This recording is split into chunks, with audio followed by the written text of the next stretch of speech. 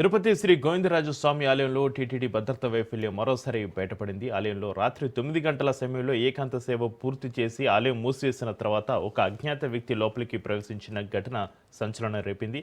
అర్ధరాత్రి ఆలయం లోపల ఉన్న ప్రధాన గోపురం పైకి ఎక్కి గట్టిగా కేకలు వేస్తూ హల్చల్ చేశాడు.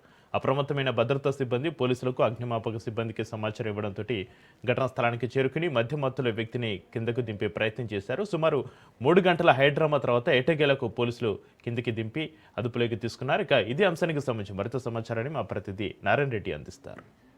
స్వామి ఆలయంలో అర్ధరాత్రి ఓ అజ్ఞాత వ్యక్తి చొరబడి హల్చల్ చేసిన ఘటన సంచలనం రేపింది. రాత్రి 9 గంటల సమయంలో శ్రీ గోవిందరాజు స్వామి ఆలయంలో ఏకాంత సేవను పూర్తి చేసి ఆ తర్వాత ఆలయానికి ప్రధాన ద్వారాలను మూసివేసిన తర్వాత సిబ్బంది వెళ్ళిపోవడం జరిగింది. ఆ తర్వాత ఓ అజ్ఞాత వ్యక్తి లోపల నుంచి అరుస్తుండడం, కేకలు వేయడం, ఆ యొక్క అరుపులను విన్న ఇక్కడ నైట్లో ఉన్న విధుల్లో ఉన్న సిబ్బంది ఆ యొక్క కేకలను గుర్తించి వెంటనే ఒక విజిలెన్స్ విభాగానికి అదేవిధంగా తిరుపతి ఈస్ట్ పోలీసులకు సమాచారం ఇచ్చారు. సమాచారం అందుకున్న ఈస్ట్ పోలీసులు విజిలెన్స్ సిబ్బందితో పాటు ఫైర్ సిబ్బంది కూడా ఈ యొక్క ఆలయానికి చేరుకున్నారు. అంటే ఆలయం లోపల ఏదైతే గర్భాలయానికి సమీపంలో ఉన్న ఓ గోపురం పైన ఓ అజ్ఞాత వ్యక్తి ఆ గోపురం పైకి ఎక్కి హల్చల్ చేయడం తీవ్ర కలకలం రేపింది.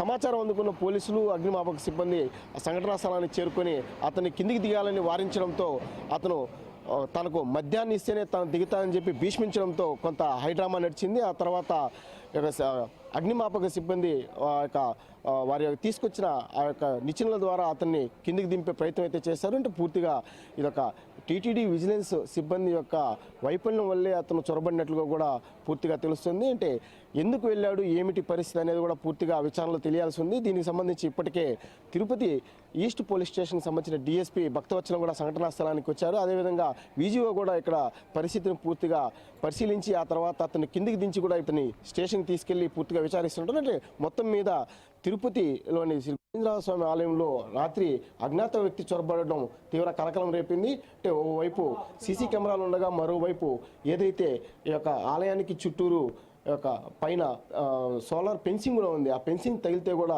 ప్రాణాపాయం వచ్చే పరిస్థితి ఉంది. అయితే ఎలా అతను చొరబడ్డాడనేది కూడా ప్రశ్నగా మారింది. అయితే సీసీ కెమెరాల్లో ఏదైనా ఆ దృశ్యాలు ఉంటే వాటిని కూడా పరిశీలించాల్సిన పరిస్థితి అయితే ఉంది. పూర్తిగా అతను ఎలా చొరబడ్డాడనేది కూడా పెద్ద ప్రశ్నార్థకంగా మారింది. అంటే టీటీడీ విజిలెన్స్ విభాగం పూర్తిగా డొల్లగా కనిపిస్తున్నట్లు కూడా తెలుస్తుంది.